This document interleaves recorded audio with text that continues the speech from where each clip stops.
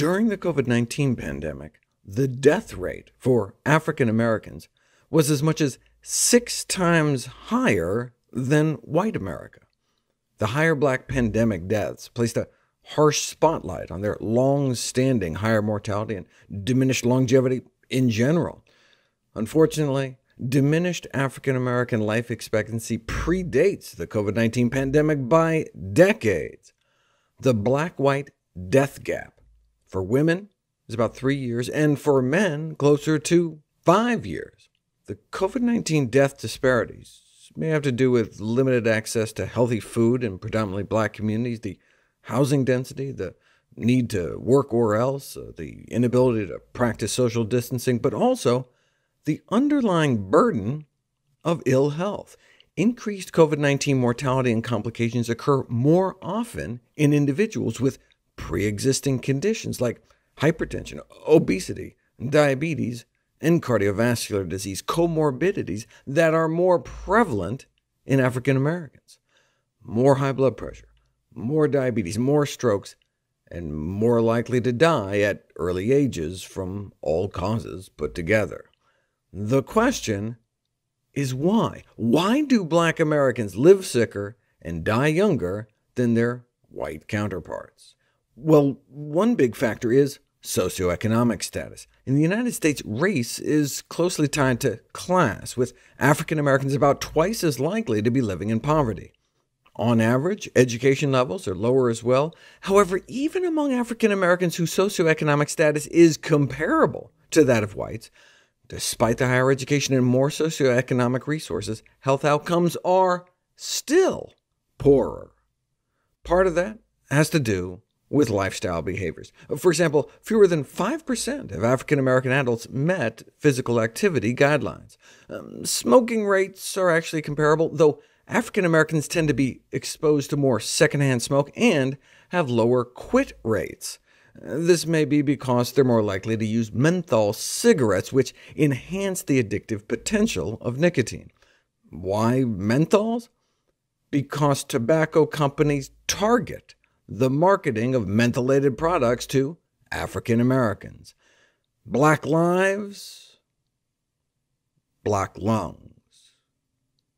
Similarly, if you look at food messages on African American television shows, not only does black prime time contain a greater number of food commercials, African American audiences may be receiving nearly 3 times as many advertisements for low-nutrient junk, such as candy and soda.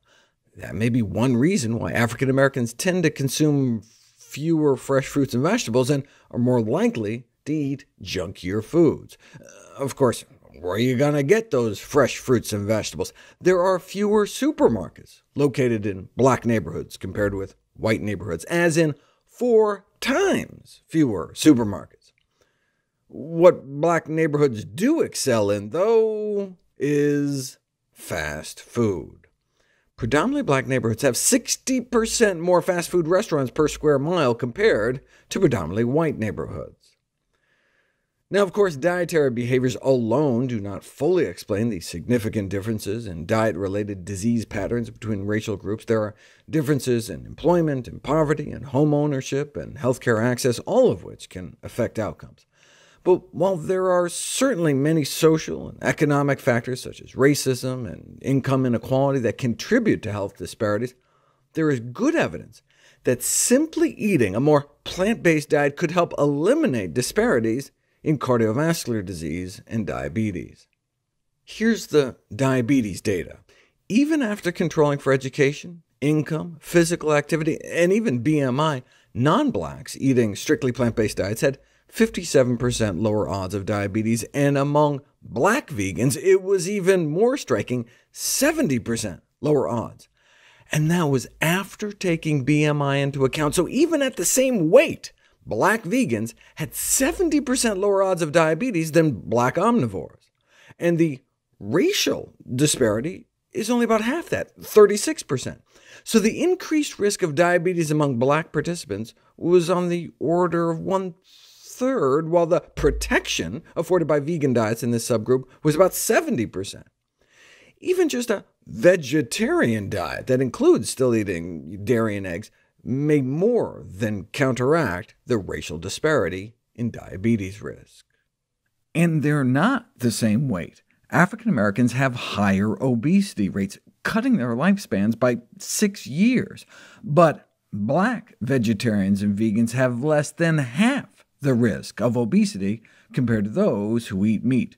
And this is after adjusting for differences in physical activity, so even at the same exercise levels, those eating more plant-based had but a fraction of the obesity risk. High blood pressure.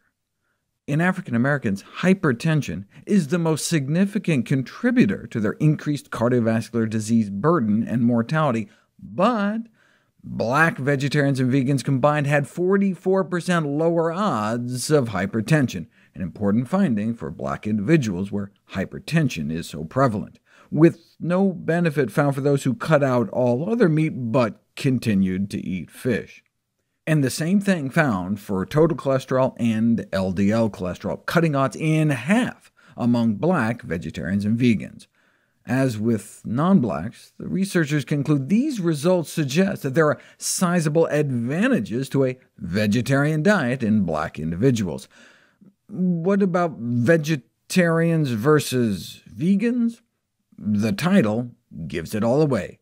Cardiovascular disease risk factors are even lower in African-American vegans. This is something we've known about when Caucasian vegans have been compared to vegetarians. However, it was not known whether African-American vegans exhibit a more favorable cholesterol profile until now. Significantly lower LDL cholesterol in vegans. Now, of course, the vegans were also significantly slimmer, on average normal weight, as opposed to the overweight vegetarians, but even after taking that into account, those eating more plant-based had significantly lower cholesterol. So there's a tremendous potential for plant-based diets to promote health among blacks living in the United States. In fact, they may have an even greater benefit. For example, African Americans have an excess burden of chronic kidney disease, not only because they have more high blood pressure and diabetes, but there are genetic factors. 8% to 12% of African Americans are carriers of the sickle cell trait, which places them at significantly higher risk of kidney disease. So while blacks represent a relatively small fraction of the U.S. population, they account for more than a third of all patients on dialysis due to chronic kidney disease.